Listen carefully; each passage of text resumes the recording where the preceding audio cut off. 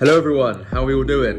Now, I want to do a video covering fear of fear and how much it plays such a huge part in people's recovery journey, how much it holds people back, that subconscious fear that people aren't often aware of that much of why it's holding them back. So let me go into some more detail of that. So it's very understandable why fear of fear holds many back, because let's be honest here, we all know how suffering from OCD feels, how suffering from severe chronic OCD feels. Not very nice at all, certainly not ideal, very uncomfortable, lots of anxiety, lots of guilt, lots of shame, lots of panic, all the uncomfortable feelings in a cocktail. That's how it feels, right? So to go back to that stage of being stuck, or when you first started your journey, when you first came through the door, it's understandable why we're scared of that, because it's not a very nice feeling. And I get that. However, when people say to me, Sam, I need it gone, why isn't it gone yet? Which I get why they're asking that, but that is the exact problem which is now fueling the current suffering. It's that dire need, it's that desperate need for it gone. We have to make complete peace with it being there for the rest of our lives. What really helped me and what really got the cogs turning for me was allowing it to be there, internally allowing, dropping resistance, dropping all control, surrendering to OCD. Now, what I mean by that is not constantly asking, why ain't it gone yet? Why is it still here? I've been through the door 2 years, I've read all the books, I've done disputing, I've done some exposures, why ain't it gone yet? Well, that question you're asking yourself is the exact reason why. Because the reason you're asking that is because you're desperate for it to go. If you were at complete peace with it being there for the rest of your life, you would not be asking yourself that question. So I had to be really honest with myself and say, okay, I don't like this. I really wish, and I'd much prefer OCD to be gone, for it not to be there, for the anxiety, for the guilt not to be there. Of course, that's a very valid, healthy desire. But the problem is, we insist that it goes.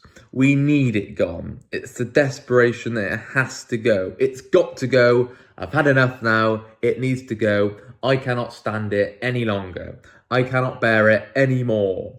That subconscious belief is what is fueling the fire right now and is keeping you stuck. It is holding you back from recovery. If I put a pill in front of you right now on the table, okay, and I say, if you take that pill, I can guarantee you within a week, OCD will be gone, it will be cured, and it won't play a part in your life. Would you still be scared of OCD? Would you still be scared of being stuck forever?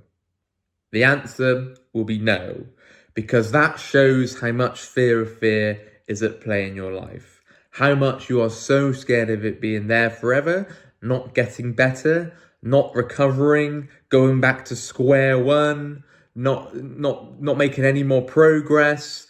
It's all fear, okay? Which, like I said, is very understandable. I was there myself. I've got personal experience with that.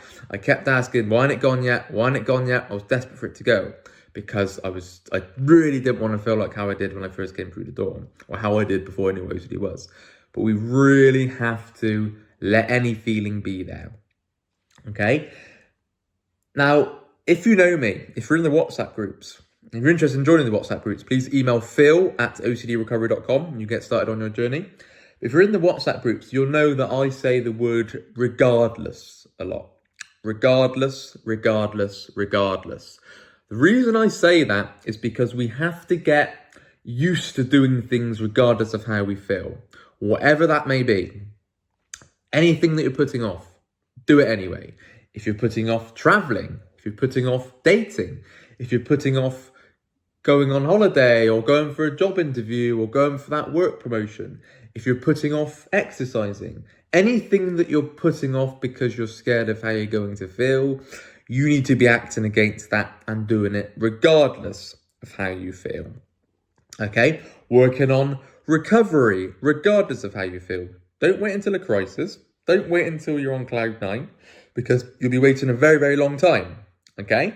Now, I see it many, many times. People wait until a crisis. Okay, things are going well, they're functioning, they're a much better stage than where they were when they first came in, which is great. But the problem with that, people then coast, people then leave the door wide open for a setback, and then surprise, surprise, OCD ramps up, it takes it up a notch, and then here comes crisis, panic, depression, anxiety, guilt, all comes flooding back. And it's okay, let's read the books. Okay, let's cut compulsions. Okay, let's get a call booked in. But that's not the healthiest way to go.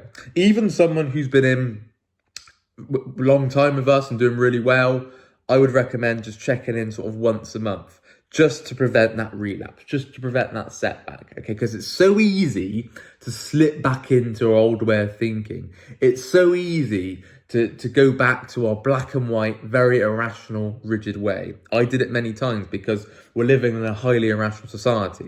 It's important to remember that, okay? Plus, you've got the overwhelming feelings of OCD. You've got the overwhelming sensations, all the symptoms, the anxiety, the DPDR, the guilt, the feeling that nothing else matters, all the physical sensations. When that all hits you, it's very easy to forget all the progress that you've made. It's very easy to forget the tools, to forget the recovery journey and the process and how long it takes and the persistence. And, I did that many times. I thought, right, it ain't working for me. It isn't for me. I'm going to give up, right? But that didn't help at all, understandably and obviously. Okay?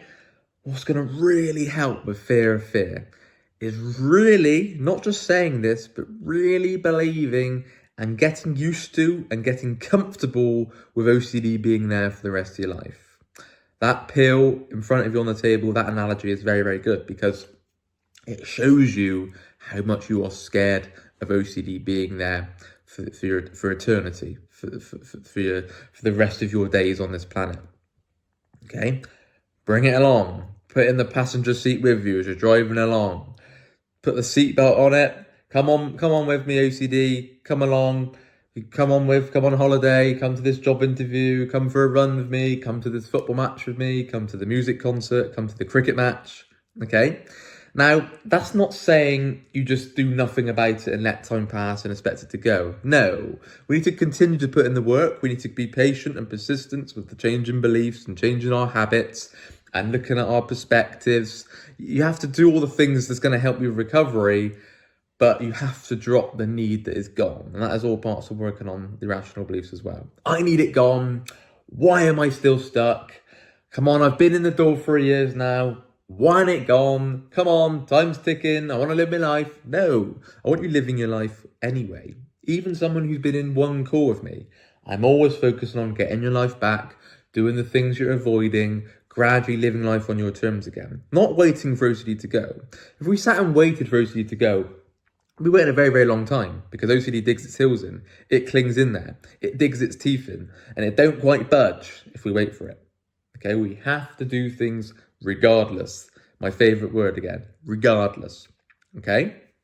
And once we start applying this, we really start building the momentum. The momentum builds. And then we go, right, I'm going to do it anyway. And OCD is going to ramp up. The feelings are going to go through the roof.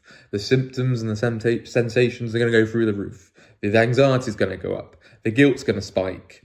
The panic attacks might happen more and more and more. Okay? But once we're really, not just saying it, but fully allowing OCD to be there for the rest of our life, that is when things start changing. That is when the ball starts rolling. That is when the cogs start turning. Because I see it so often in coaching calls, and I did it myself, asking, when is it going to go? Why ain't it gone yet? Just that internal hawk watching how we feel, that internal thermometer. Is it gone yet? Am I feeling worse than yesterday? Am I feeling worse than last week? Oh my God, am I feeling worse than 3 months ago? That constantly measuring and monitoring and rating how you feel, it's really not helpful. And that fuels the fear of fear cycle. I've got complete understanding and compassion and empathy and sympathy for people with suffering with fear of fear because it's so understandable, right? OCD suffering isn't easy. Isn't easy at all. It's very, very challenging. It's got many ups and downs. It's very bumpy. It's incredibly tough. We know that. You don't need persuading of that. I don't need persuading of that. But we can't just solely focus on that. We've got to focus on overcoming this. And a big part of overcoming it is letting it be there, not trying to constantly get rid of it. Time's up now, OCD. Off you go. Well, no, because it's here to stay. It's here to stay like that person round your house on Christmas Day that won't quite leave. You don't quite get on with them, but they're here to stay. And OCD is a bit like that, okay? Because if you keep trying to show at the door, off you go. There's the exit door. There you go. Look, the door's open for you. It won't go because it's here. It's staying for dinner. It's staying for tea. It ain't going anywhere, right? Now, I have to really adopt that kind of mindset. I'm trying to use some funny analogies here to add a bit of laughter to this video because OCD is so serious. It's also doom and gloom.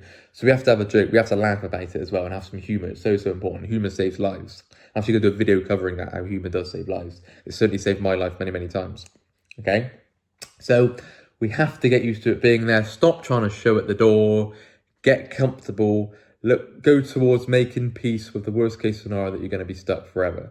That's obviously not a nice thing to make peace with, but acceptance isn't agreement. It's not wanting it there. It's not liking it there. It's accepting even if it was there. And that really helps and really builds momentum into overcoming OCD and overcoming fear of fear. I hope you found this video enjoyable. If you have, please leave a thumbs up. If you're interested in our one-to-one services, please email phil@ocdrecovery.com.